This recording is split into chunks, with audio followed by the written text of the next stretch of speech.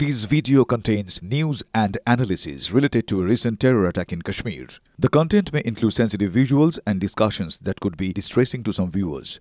Viewer discretion is advised. We strongly condemn all forms of violence and terrorism. The purpose of the content is solely to inform and create awareness based on verified reports. পহেলগাঁওয়ে জঙ্গি হামলার পর পাকিস্তানের বিরুদ্ধে একাধিক কড়া পদক্ষেপ করেছে ভারত। এরপর পাকিস্তানের একাধিক নেতামন্ত্রীর মুখে ফাঁকা বুলি শোনা যাচ্ছে। পাকিস্তানের নেতামন্ত্রীদের কড়া জবাব দিলেন হায়দ্রাবাদের সাংসদ তথা AIMIM প্রধান আসাদুদ্দিন ওয়াইসি। পাকিস্তানের আর্থিক সংকট নিয়ে খোঁচা দিয়ে তিনি বললেন, পাকিস্তান একটা ব্যর্থ দেশ। পাকিস্তান ইসলামের অর্থও জানে না বলে মন্তব্য করেন তিনি। পাকিস্তানের সেনাপ্রধান জেনারেল আসিম মুনির লাগাতার উস্কানিমূলক মন্তব্য করেই চলেছেন।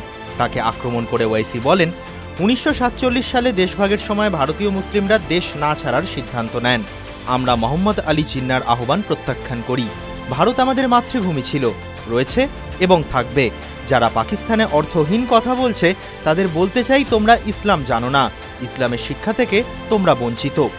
1947 সালে ভারত থেকে যেসব মুসলিম পাকিস্তানে গিয়েছিলেন সেদেশে তারা বৈষম্যের শিকার বলে মন্তব্য করেন ওয়াইসি।